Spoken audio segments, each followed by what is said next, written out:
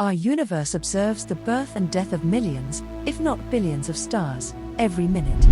When a star, almost 10 times the size of our Sun, runs out of its fuel, and the fusion reaction at the core of it stops, a ton of hot gases collapse on the core rapidly. Unable to accommodate the astronomical amount of mass into a tiny core, a massive explosion takes place, releasing so much energy that the outer layers of the stars are violently thrown into space. This phenomenon is known as a supernova. If the collapsing core of the star has a stellar mass between 1 and 3 times that of our Sun, then it wouldn't have further gravitational collapse. It becomes a neutron star. If the collapsing star has a mass higher than 20 times that of our Sun, it turns into a black hole. And if the mass is less than 8 times, then it turns into a white dwarf. The neutron stars are usually just the size of a small city. Don't be fooled though, the density of this stellar object is so high that if hypothetically you took out a sugar cube-sized chunk of its mass, it would weigh as much as a mountain on Earth. Only if you could get near one before being fried up by the radiations. Warning: this part of the video deals with a bit of physics. When a star collapses and forms a neutron star, the speed at which the star spins increases. This is also known as conservation of angular momentum. This can be explained with a simple example. If you have ever seen a gymnast spinning on a pole, the speed at which he is spinning becomes faster when he pulls his legs in towards his stomach. The same happens with stellar bodies. Stars spin at a pretty fast rate. For example, our Sun completes a rotation in about 25 days.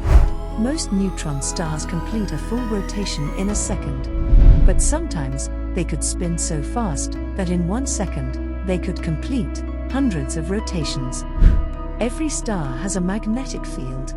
So in the neutron star phase, along with the mass, the magnetic field is also compressed, which makes the field stronger at a close range.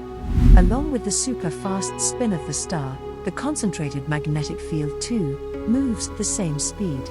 This produces radio waves, which are shot out from the magnetic north and south poles of the neutron star into the space.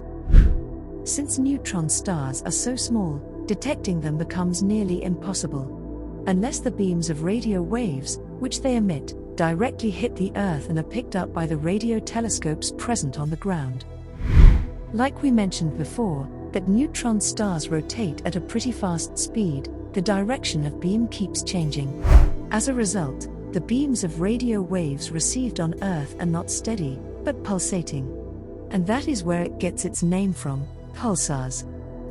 Scientists estimate the Milky Way galaxy to have about 1 billion neutron stars, out of which only a little over 2,000 pulsars have been detected. Here's a fun fact. The radio waves which are received from a pulsar are a stable source of consistent interval pulses. So, these pulses can be compared to atomic clocks and can serve as a stellar timekeeper.